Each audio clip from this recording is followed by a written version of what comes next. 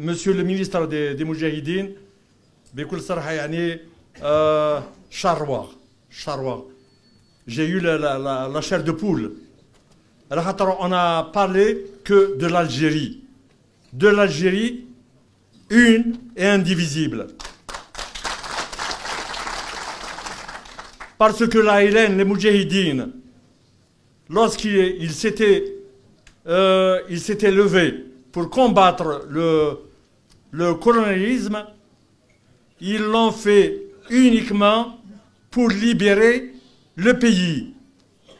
Ce n'est pas pour s'enrichir, ce n'est pas pour une autre chose.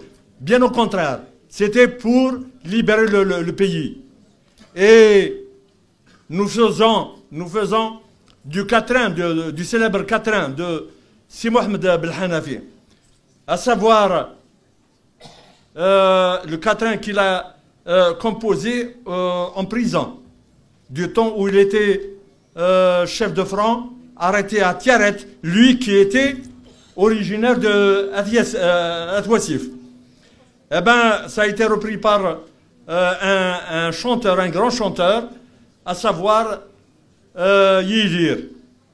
مكل أجدود يحوج تيللين مكل تيللي يحوج الحرمة مكل الحرمة تحوج تذوكلين مكل تذوكلين تحوج الفهمة. Au départ, il fallait absolument qu'il y ait prise de conscience. Et la prise de conscience a été faite en 26. Parce qu'avant 26, il y avait des insurrections de 1830 jusqu'à 1916, la dernière dans les Aurès. Il y a eu 105 insurrections, mais qui ont toutes échoué. Parce qu'on n'était pas unis, justement.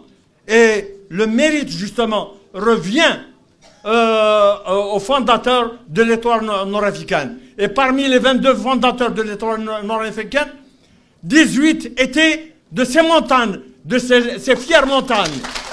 Il ne faut pas qu'on l'oublie. Parce que le gros des effectifs de l'immigration était composé des ruraux.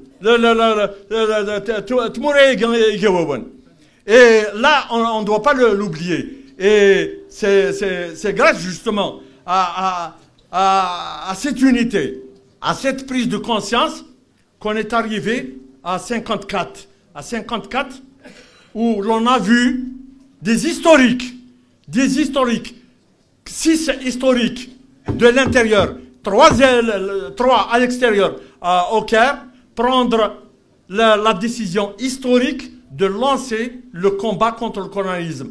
Ce n'était pas un combat, une guerre de religion, c'était un combat de libération. Il faut qu'on se l'entende. Voilà, c'est... La vérité est têtue. La vérité est têtue. Même si on essaye de la noyer, elle finit toujours par redresser la tête. Et je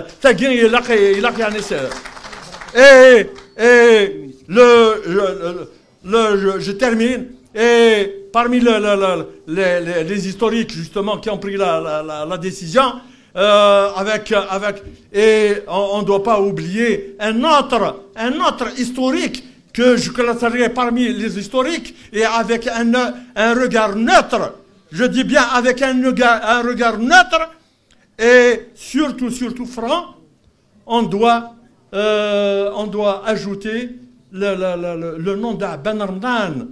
Il faut qu'on le dise parce qu'Aben Ramadan, nous avons 3 preuves qu'il était parmi les historiques.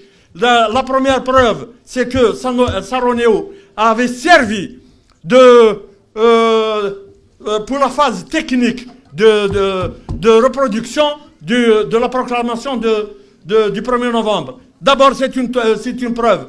Une deuxième preuve, nous avons récupéré une lettre qu'il avait écrite de sa propre main alors qu'il était en prison à Albi pour inviter les Algériens, c'est un appel aux Algériens pour rejoindre le FLN. Donc, deuxième preuve. Troisième preuve à sa libération en janvier 1955, eh ben, ses pères qui étaient à l'intérieur, ils lui ont donné une grande responsabilité à Alger pour servir de coordinateur. S'il n'était pas dans le coup, dans le secret, il ne pouvait pas être investi de cette responsabilité.